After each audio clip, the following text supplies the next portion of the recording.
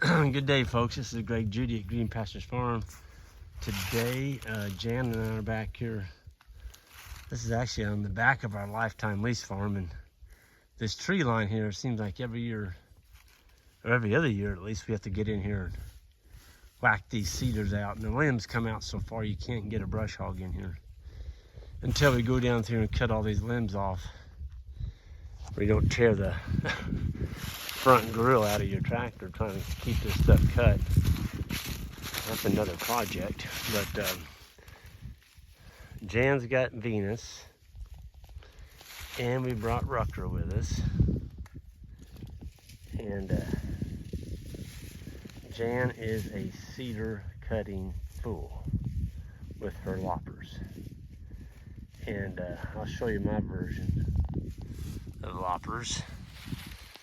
It's right here.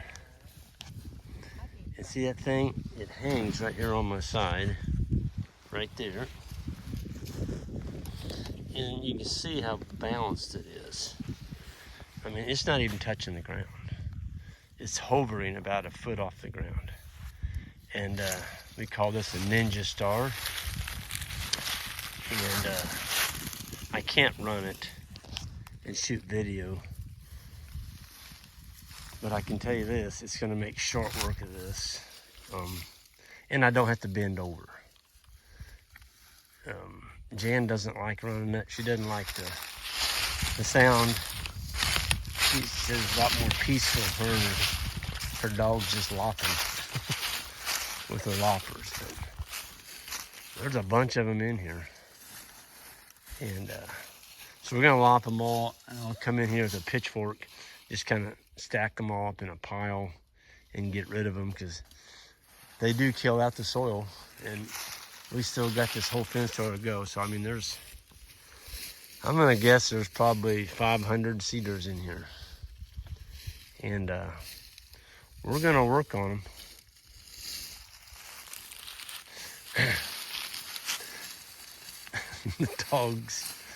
The dogs love going with Jan. They absolutely love it.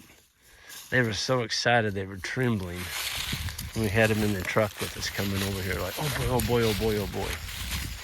But yeah, all these little sprouts here, well, you can't see them in this picture, but there is a ton of them in here, hundreds of them. And I sharpened this blade. I actually used a high-speed grinder. First time I've ever done it. I usually just use a file. But man, I was able to get a really good edge on. You only sharpen one side.